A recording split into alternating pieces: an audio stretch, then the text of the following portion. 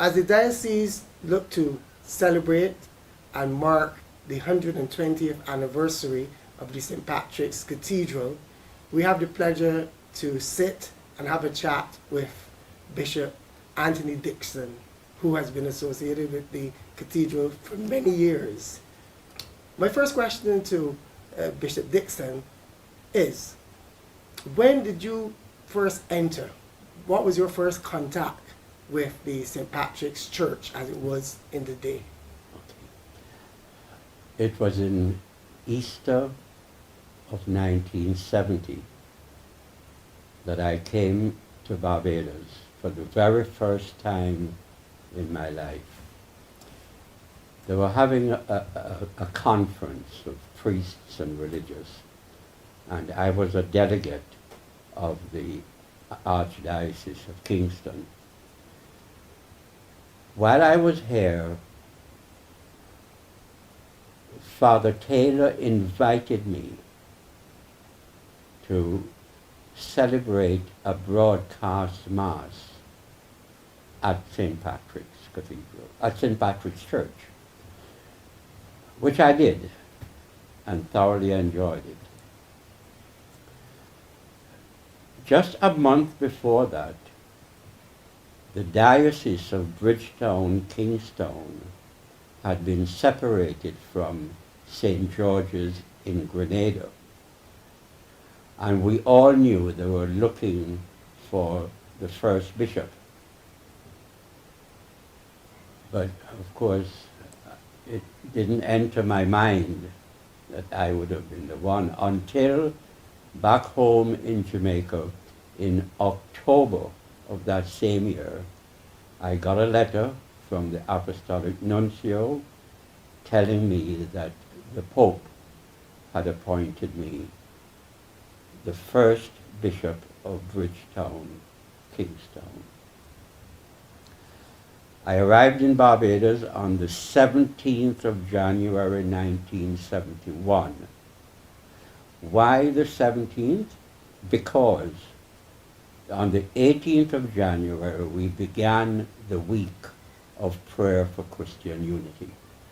And coming from Jamaica as I was all fired up with the work on behalf of the unity of the churches.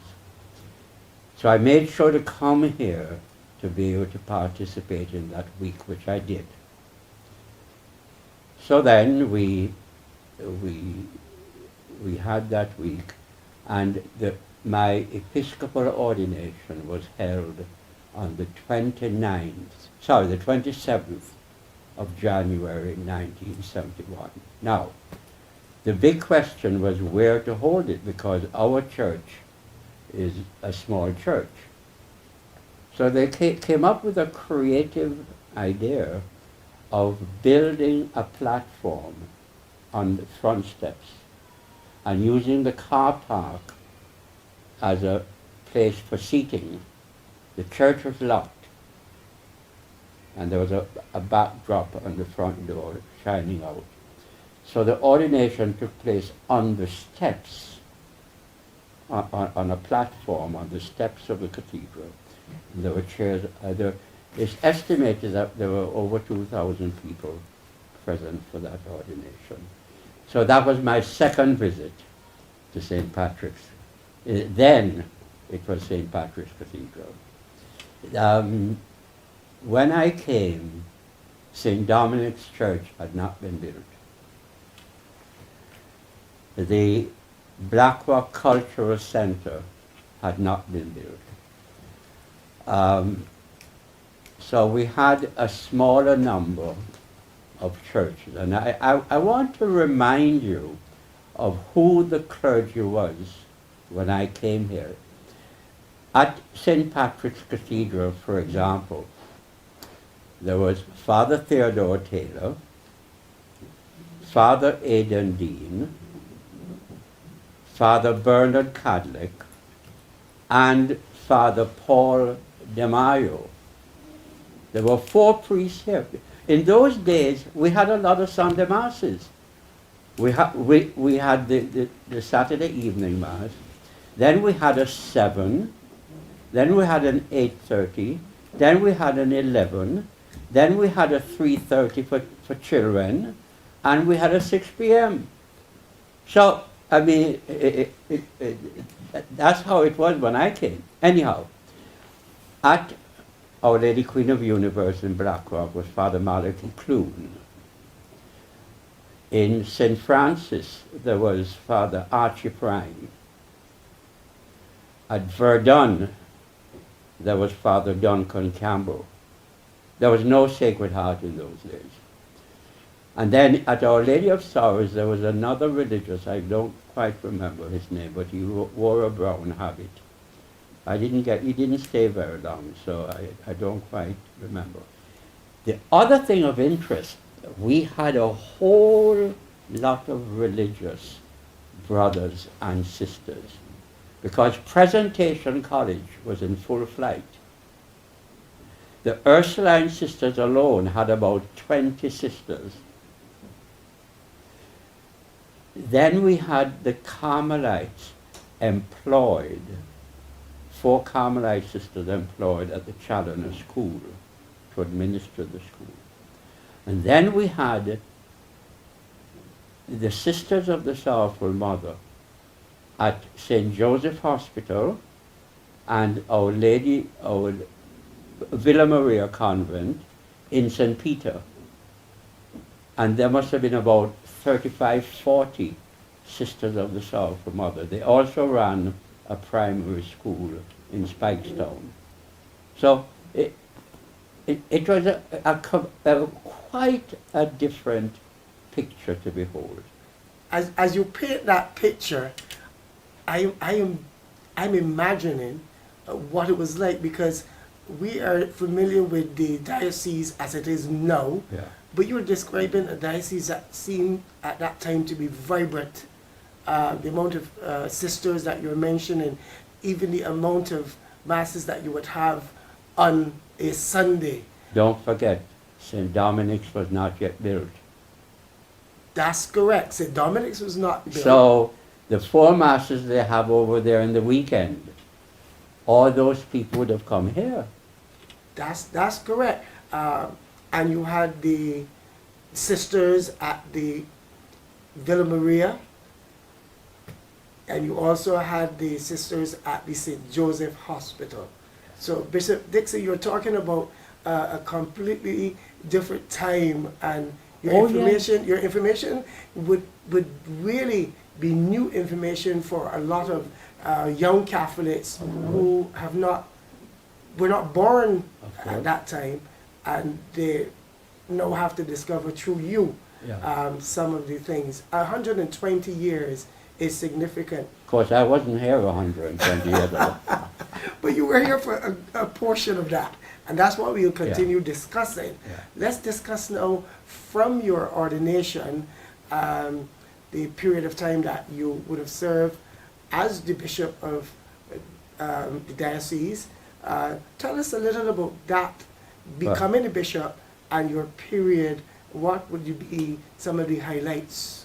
Well, first of all, since I was the first bishop, there was no bishop's residence.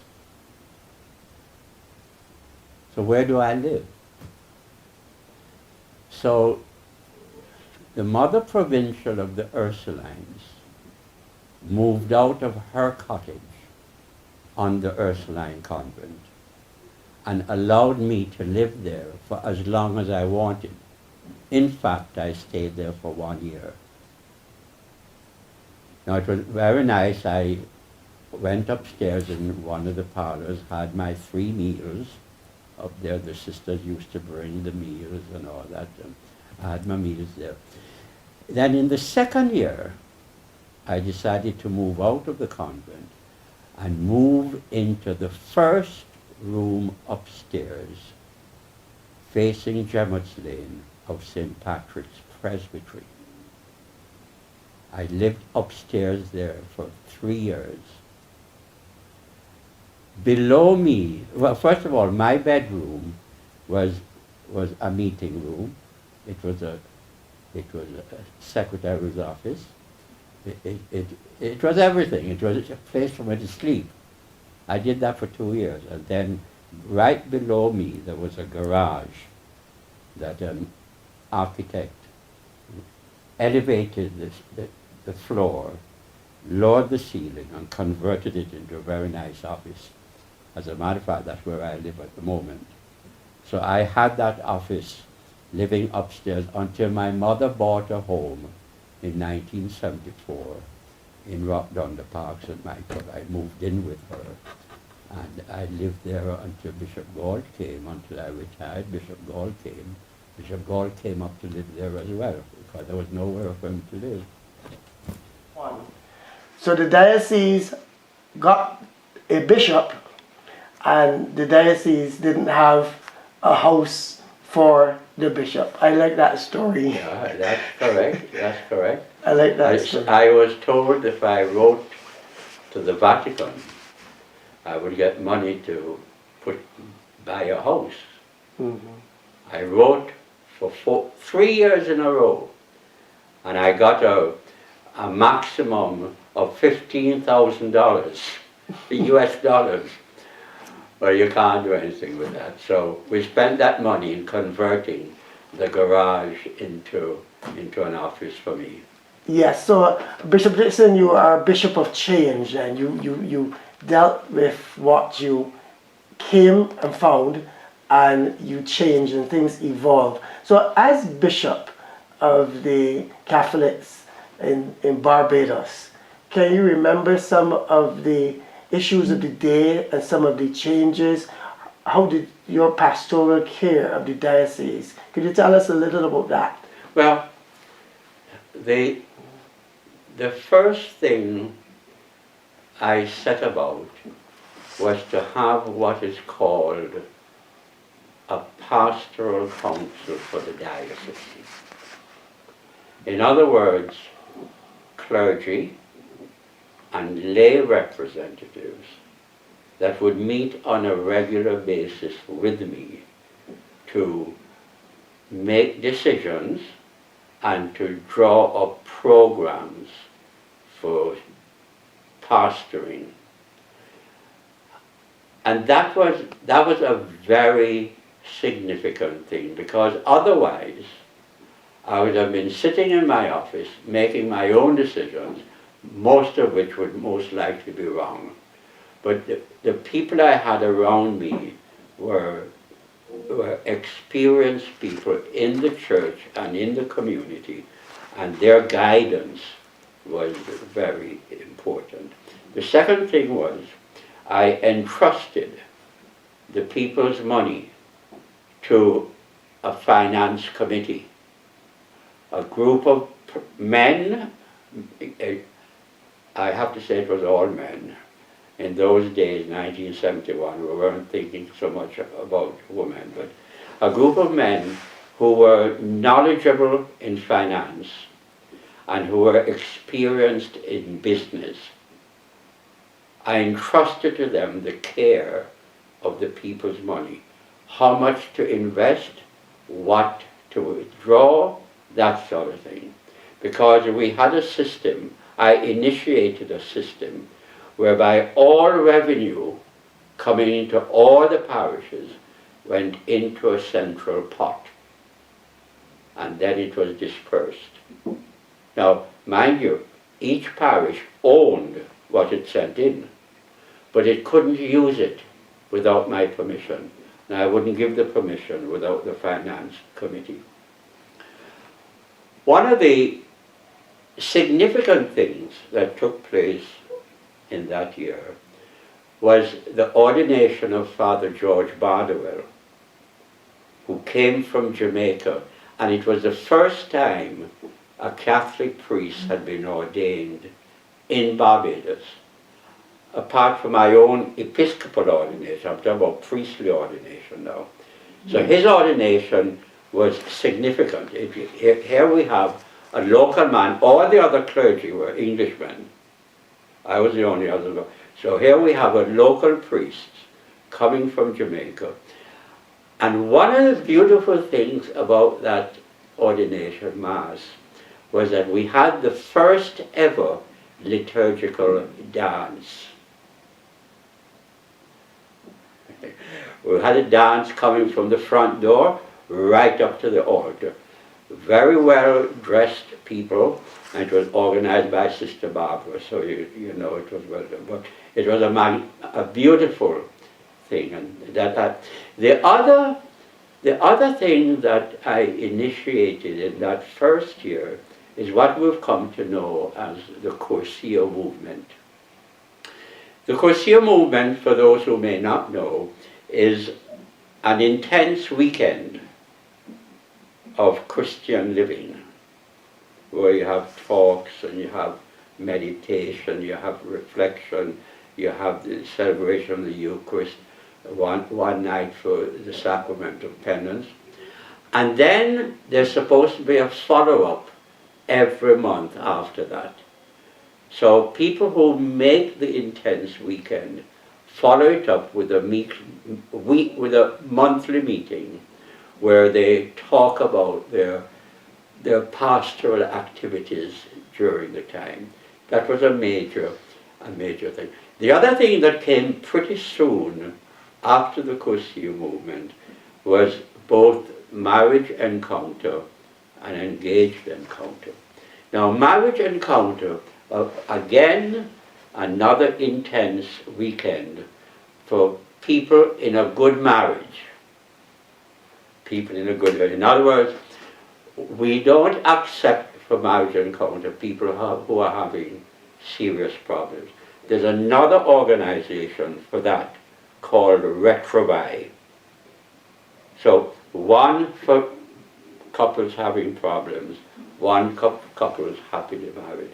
That's an intense weekend where they learn the skills of communication. You know, how does one share with one's spouse what he or she is deeply feeling?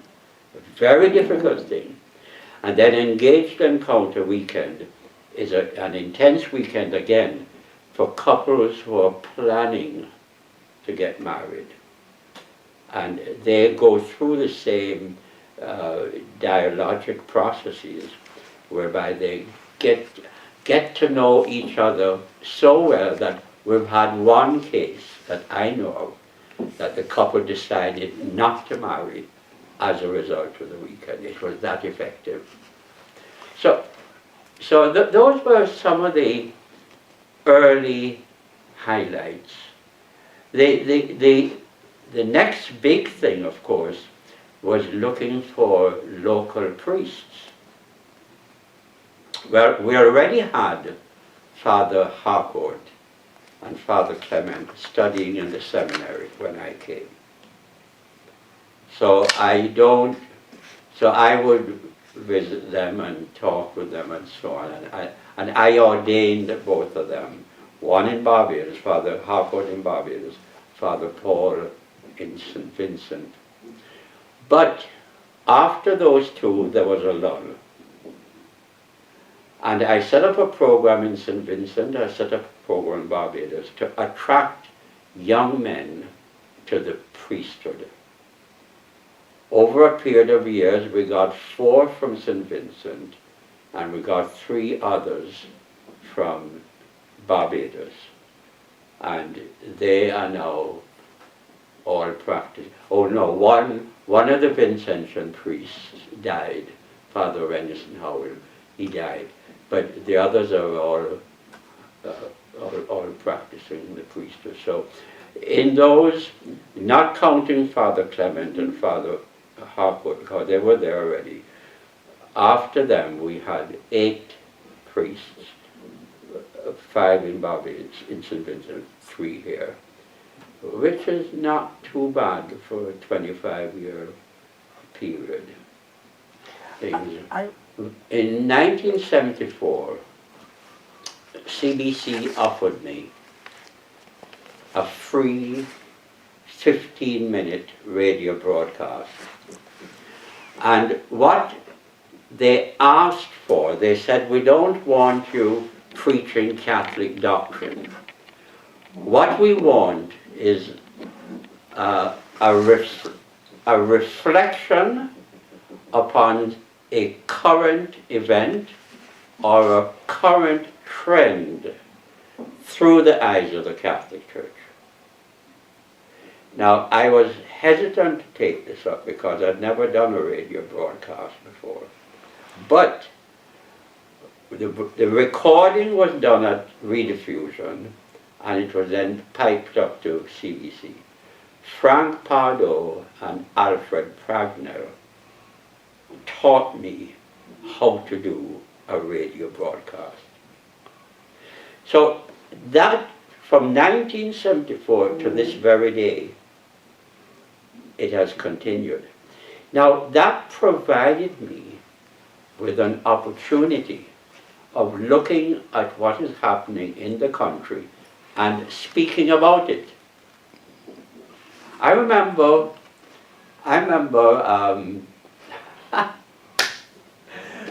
do you remember when Errol Barrow was changing the Constitution in 1974? I think it had to do with the appointment of bishops. Sorry, the appointment of judges. And I don't quite remember the details, but I remember Bishop Drexel Gomez and I and the Methodist minister opposed the move, because there were things about it that we were concerned, I don't quite remember the details, but as we were concerned, there were things which could have been abused by government. And it probably has been, or I don't know. But, so we opposed it. Errol Barrow, the father of our nation, got up in the television, got up on TV. I think he was speaking in the House. And he said to the nation, if those three clergymen, and he called us by name, if you think you're going to prevent the passage of this bill, you're mistaken, because I'm alerting you, tonight this bill will be passed into law. Then he took Bishop Gomez, myself, and it was Vivian Commission, I think. He took the three of us, each individually, to task. And he talked about some very personal things in the public, which were not exactly nice. And it kind of hurt. But, you know, let me tell you something. When it comes to matters of justice, that is what the gospel is all about. And if we discern a possibility of the abuse of an injustice, of the abuse of justice rather, and the commitment of an injustice, well, we're going to speak up. No matter who's hearing, we have to have the church's voice heard. There was a time in St. Vincent, I don't know, but the teachers went on strike. And they asked me to come on their platform. Well, I refused to do that. I said, my platform is a pulpit. And I did go on the pulpit that Sunday, and I supported the teachers. As a result of which, the present Prime Minister over there, Son Mitchell, was far from happy. And he kept talking about these meddling clergymen. So there have been things that we've spoken about individually, and then when the Christian Council would get together, we would do collective things, which were not necessarily pleasing to the Prime Minister and the government at the time. But what is the gospel without the proclamation of justice? I'm going to share this with you. But I once heard a fellow by the name of Patrick Kendall, parishioner of St. Patrick's, who used to work at Caribbean Development Bank. And he spoke about family mentorship. Now, family mentorship is that you take a poor family, you spend time with them. You, especially the children, you want to make sure that the children get a good education so that they can break the poverty cycle. I have been working with a young single mother and her now 14-year-old son. And I have spent hours and hours and hours just listening to them, getting to know them, encouraging, supporting them, helping now and then with the finances. And I'm paying the boys' school fees at St. Francis School. The idea is, if through my encouragement and support, and if he can get into a profession, if he can get into a sound occupation, he will be able to look after himself and look after his mother, and thus break the poverty cycle. I'm very strong on this. I think it's not, you're not just handing out checks to people who need it.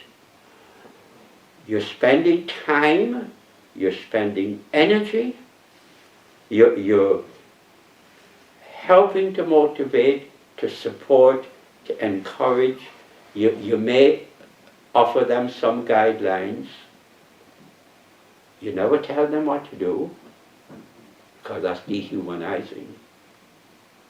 And I find that after 7 years working with these two individuals,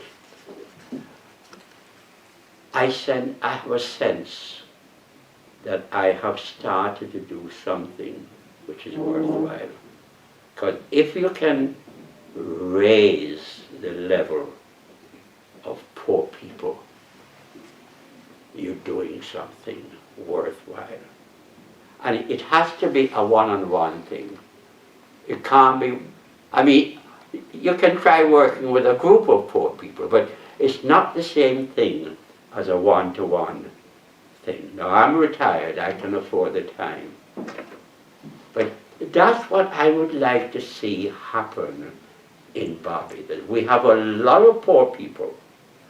We have people who can afford the time and who are interested in poor people and who can undertake this family mentorship program of working with one family until you see the family out of the doldrums and getting somewhere. What I find significant about what you're saying is the interpretation then of being your brother's keeper. Oh, yes, yes. In 2019, this year, the theme of this year is Be Good News to the Poor. Yeah. And you're talking about doing mentorship, family mentorship, and allowing the transformation of the individuals within the family and bringing that family out of the state of poverty.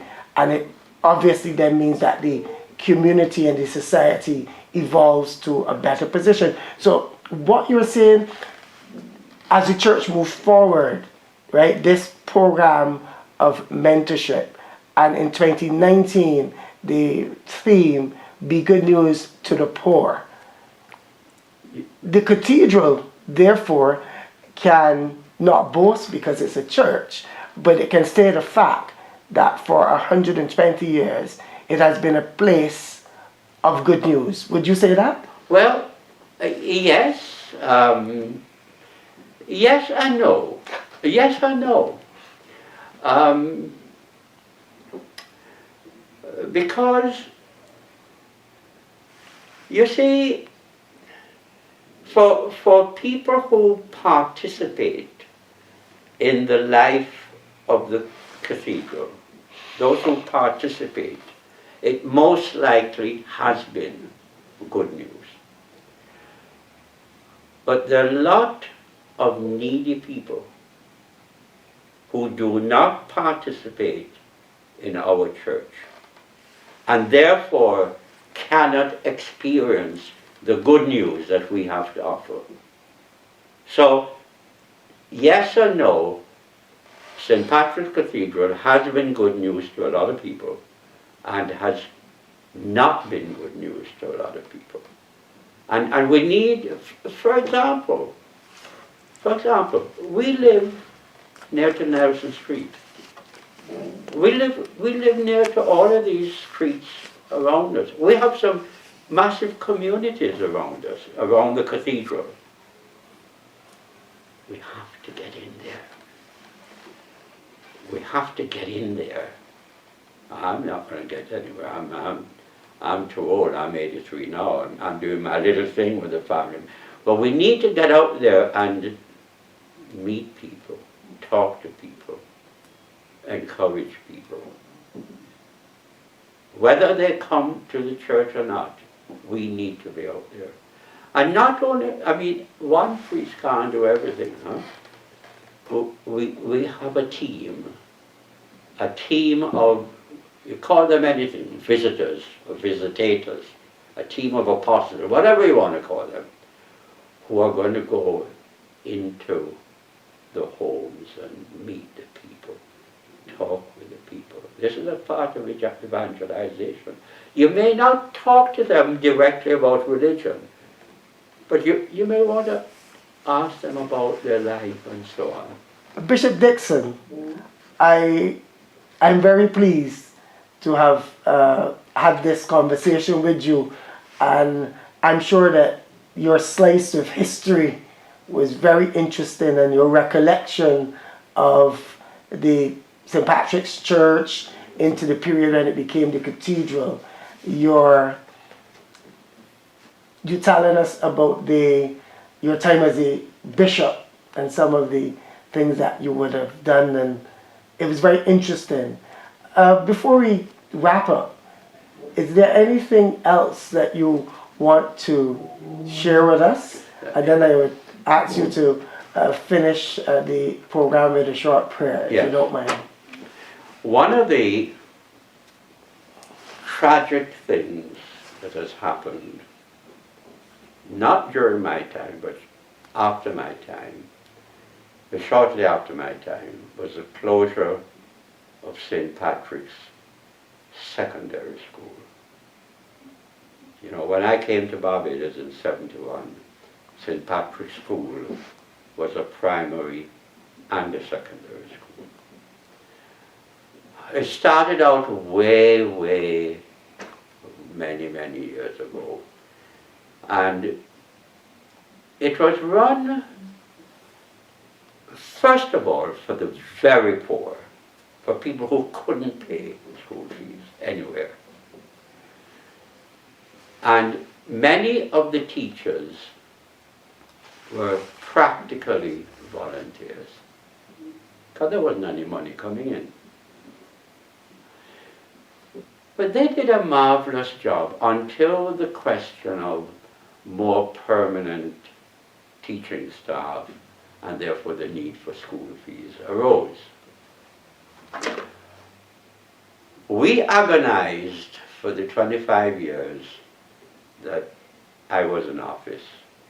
We agonized over that school, because on the one hand it was turning out some pretty good people. I mean, it didn't really, especially in the secondary department, it couldn't match, say, Presentation College or the Ursuline Convent, but it was the next best thing, and it was poor people. So in order to keep it running, I had to put a levy, a tax, on all the parishes. Every year they would contribute X amount of dollars, and that would go towards running the school. But after my retirement, and when Bishop Gall came, he felt it was too much of a burden on the Catholic Church. And he closed the secondary school. Now, his decision, obviously, he was doing what he thought was best. But in hindsight, the kind of children that were going to that secondary school, getting love and attention from the teachers we had, getting the kind of guidance and direction that that school could offer, they just wouldn't get it anywhere else. Even though they had the minimum of facilities and there are no luxuries and all that stuff, but they were getting something that they wouldn't get anywhere else. So I was saddened. I mean, I can't blame Bishop Gall for that. He did what he thought was right, but I was saddened to see the secondary department of St. Patrick's School closed. That's the final comment I'd like to make. Okay, so we're going to ask you to say a prayer. This is a significant year for the church, the cathedral, and for Catholics of the Diocese of Bridgetown.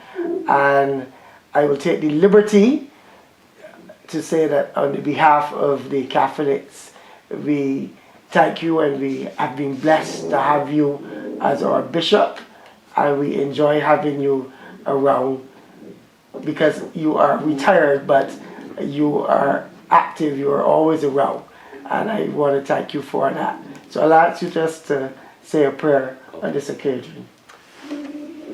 Creator God, we're truly grateful for the blessings and the goodness that you confer upon us. We thank you for your Son Jesus, who formed the first nucleus of the church and sent that nucleus out into the world to proclaim justice and peace and to live love. Lord, I raise up to you St. Patrick's Cathedral at this moment, the parishioners, the two priests, Father Vibert and Father Andrew, the altar servers, the choir, all those who have anything to do with the church cleaners. I raise them up to you and ask for the abundance of your blessing upon them. Guide the parishioners and their priests in the future undertaking of this church. Lead them into the communities around the church. Help them to be witnesses of Jesus and witnesses of the church in those communities which surround our cathedral. Bring the good news of God's love to the people there.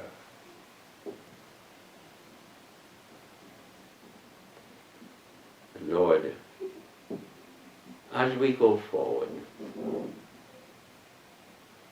always help us to understand that you are our guide, you are our creator, you are our savior, you are our everything.